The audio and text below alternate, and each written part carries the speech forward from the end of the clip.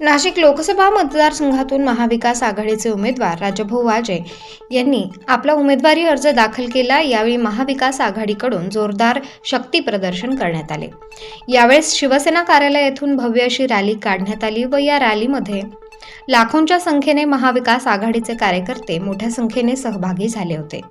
Rally Shalimar main road RKMG road मार्गे जिल्हाधिकारी कार्यालय येथे आल्यानंतर महाविकास आघाडीचे उमेदवार राजाभाऊ गोडसे यांनी आपला उमेदवारी अर्ज दाखल केला। राजाभाऊ वाजे सोबत माजी आमदार वसंत गीते, माजी महापौर विनायक पांडे, महानगर प्रमुख विलास शिंदे, जिल्हा प्रमुख सुधाकर बडगुजर, गजानन शेलार आदी उपस्थित होते।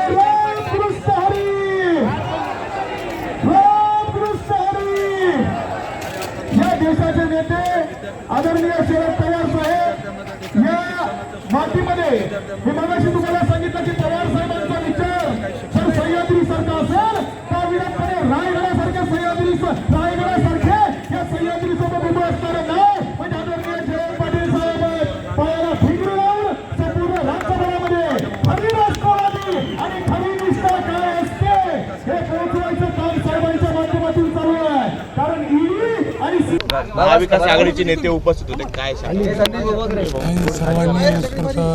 लोकांचा प्रतिसाद होता आणि आम्ही आज फॉर्म भरलेला आहे। सगळे देवदर्शन केलं, काय नेमके आशीर्वाद मागितले? देवदर्शनानंतरच आपण उमेदवारी अर्ज भरलाय।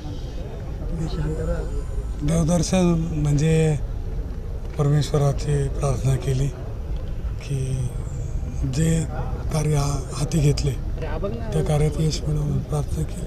अर्धांगिनी सोबत आहे उमेदवारी अर्ज भरताना, कन्या सोबत आहे, कुटुंब आहे ते राहणारच, सुखदुःखाला कुटुंब बरोबर राहणार। तुमच्या समोरचा प्रतिस्पर्धी स्वामी शांतिगिरी असतात। निवडणूक म्हणजे आव्हानच असतात।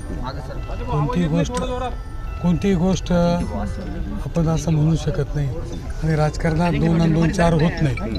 त्यामुळे याची तयारी आहे। गेली 33 दिवस आम्ही सर्वजण कष्ट करतोय, लोकांपर्यंत पोहोचतोय। अजून 20-22 दिवस आव्हान निवडणूक म्हटल्यावर सगळं आलंच, परंतु ते आव्हान पेलण्याची ताकद आमच्यामध्ये आहे। ते आव्हान आम्ही पेल।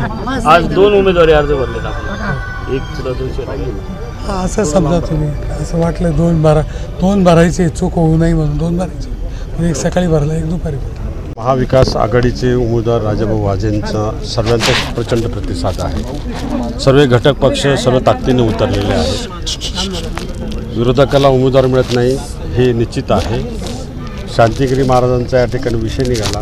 शांतिगिरी महाराजांना जिल्हाधिकाऱ्यांनी पत्र दिलेलं आहे की ज्या पक्षाच्या नावाने तुम्ही फॉर्म भरलेला आहे त्या पक्षाचा एबी फॉर्म तुम्ही दिलेला नाही, आणि जर तुम्हाला त्या पक्षाचा एबी फॉर्म द्यायचा असेल 3 तारखेपर्यंत 3 वाजेपर्यंत एबी फॉर्म द्यावा। मला असं वाटतं की शिवसेनेकडनं शिंदे गटाकडनं शांतिगिरी महाराजांची उमेदवारी न बोलता सुप्तपणे फायनल केली काय अशी शंका माझ्या मनामध्ये येते। मी उमेदवार होऊ शकतो।